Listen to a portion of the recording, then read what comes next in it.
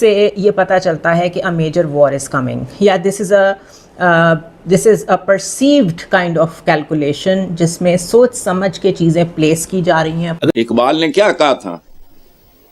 ہم بلبلیں ہیں اس کی، یہ گلستاں ہمارا، سارے جہاں سے اچھا ہندوستاں ہمارا. آپ تو میری ویڈیو پوری دیکھتے ہو لیکن میرے چینل کو سبسکرائب نہیں کرتے ہو، تو پلیز میرے چینل کو سبسکرائب کیجئے اور میرے آنے والے ویڈیو کے لیے نوٹیفیکیشن بٹن دبانا مت بھولیے. جے ہند، جے بھارت، وندے ماترم. بھارت کے وزیر اعظم نریندر مودی نے ایک دفعہ پھر یہ کہا ہے کہ جناب آپریشن سندور میں 100% اچیومنٹ لی بھارت کی فوج نے. جس پر کامیابی مل گئی ہے تو پھر آپریشن سندور کیوں جاری ہے؟ اس کوسچن. اور یہ بہت غلط سودا بیچتا ہے یہ آدمی، مودی تاریخ کو مس کرنے والا آدمی. بلوچستان میں ایک سانحہ پیش آیا ہے اور اس سانحے کی وائرل ویڈیو جس میں 3 سے 4 گاڑیوں کے اندر مسلح افراد گاڑیوں سے اترتے ہیں.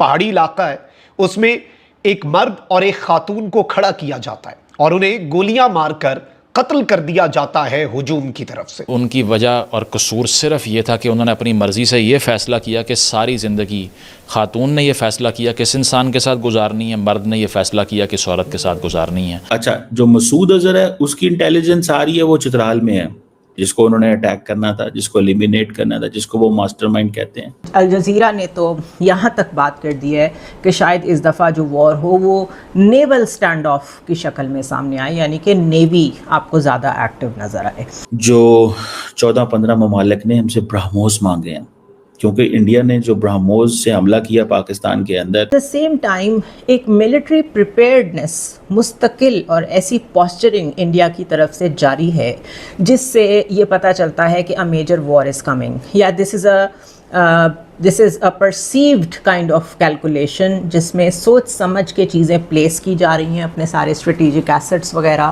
ان پہ بھی میں ابھی ڈیٹیل میں آپ سے بات کرتی ہوں. اور الجزیرہ نے تو یہاں تک بات کر دی ہے کہ شاید اس دفعہ جو وار ہو وہ نیول سٹینڈ آف کی شکل میں سامنے آئے، یعنی کہ نیوی آپ کو زیادہ ایکٹیو نظر آئے. At the same time India میں کاؤنٹر ٹیررزم کے نام پہ جو ملٹری ایکسرسائزنگ ہو رہی ہے وہ کمپلیٹلی ایک انٹیگریٹڈ ایفرٹ ہے جس میں ان کی جو موومنٹ ہے وہ یہ بتا رہی ہے کہ وہ کوئی نہ کوئی پرووکیشن دوبارہ کریں گے، کوئی ایکٹ آف وار، کوئی فالس فلیگ آپریشن، کچھ نہ کچھ دوبارہ کریں گے.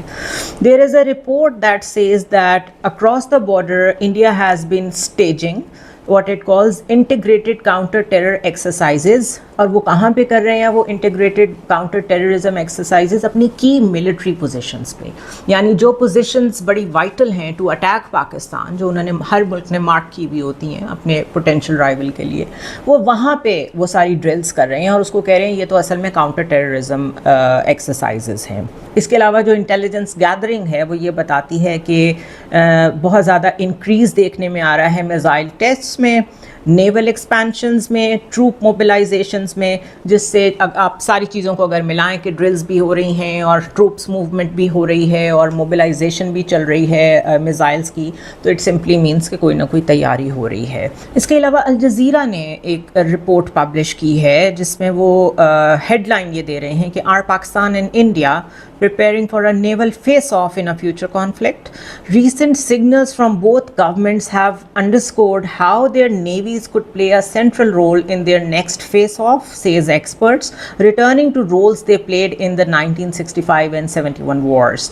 Now remember کہ 65 and 71 wars میں جو زیادہ سینٹر تھا دونوں wars کا وہ نیوی تھا، لیکن اب جو ریسنٹ ہوئی ہے اس میں ہم نے دیکھا ہے اس میں ایئر پاور کا زیادہ استعمال ہوا ہے.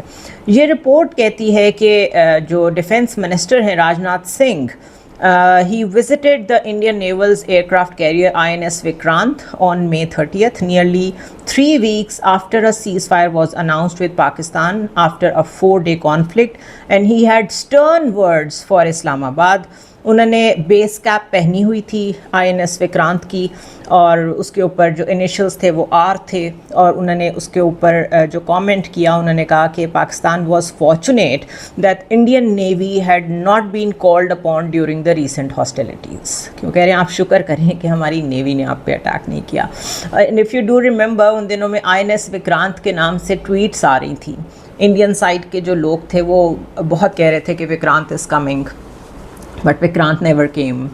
اور اس کی ایک وجہ شاید پروبیبلی یہ ہو سکتی ہے کہ اسی آرٹیکل میں آگے جا کے لکھا ہوا ہے کہ satellite imagery showed that the INS Vikrant moved towards Pakistan soon after the Pahalgam attack and remained deployed for 4 days in the Arabian Sea before returning to its base in Karnataka. Pakistan also mobilized its fleet, which was bolstered by the docking of a Turkish naval ship in Karachi on May 2nd. According to Pakistani Navy, Turkish personnel engaged in a series of professional interactions with their counterparts. Now this is the reason کہ کیونکہ انہوں نے سوچا ہوگا کہ INS Vikrant کی ضرورت تو نہیں پڑے گی، لیکن کم از کم پوسچرنگ میں آپ اس کو موو کر دیں پاکستان کے قریب، تو ان کو ادھر سے بھی اپنے آپ کو ڈیفینڈ کرنا پڑے گا، اور یہ وہ کر نہیں پائیں گے شاید. ہمیں یہ کیا گیا تھا کہ ڈیفینس اسٹیبلشمنٹ پہ حملہ نہیں کرنا، ڈیفینس کے اوپر حملہ نہیں کرنا. اب جب اگلا انڈیا کا اٹیک آئے گا، وہ اگر انڈیا کرتا ہے کہ جی ہاں جی ہم نے ٹیررسٹ ہائیڈ آؤٹ پہ حملہ کیا ہے، پہلی بات، تو دوسری بات پاکستان سیدھا سیدھا ملٹری پہ کرے گا، تو وہ بھی ملٹری پہ کریں گے.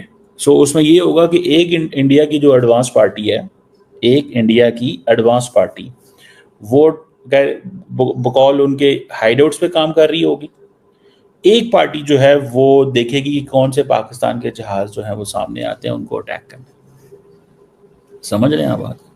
یہ ایک چیز جو ہے وہ مجھے نظر آتی ہے. That's what I understand, that's what I realise. اور یہ مجھے اتنی کو کم از کم اس کی سمجھ ہے کہ یہ وہ چیز سوچ رہے ہوں گے. یعنی کہ انڈیا اتنی پلاننگ کرے گا، یہ نہیں ہوگا. فار ایگزامپل انڈیا نے اگر 80 جہاز اڑا دیے، انڈیا نے اگر 80 جہاز اڑا دیے، ٹھیک ہے جی، تو دیٹ میکس دیٹ وہ جسے کہتے ہیں نا ایک نئی چیز جو ہے وہ ہمارے سامنے پھر آ جاتی ہے. ہم بلبلیں ہیں اس کی، یہ گلستاں ہمارا، سارے جہاں سے اچھا ہندوستاں ہمارا. تو میری ویڈیو پوری دیکھتے ہو لیکن میرے چینل کو سبسکرائب نہیں کرتے ہو، تو پلیز میرے چینل کو سبسکرائب کیجئے اور میرے آنے والے ویڈیو کے لیے نوٹیفیکیشن بٹن دبانا مت بھولیے. جے ہند، جے بھارت، وندے ماترم.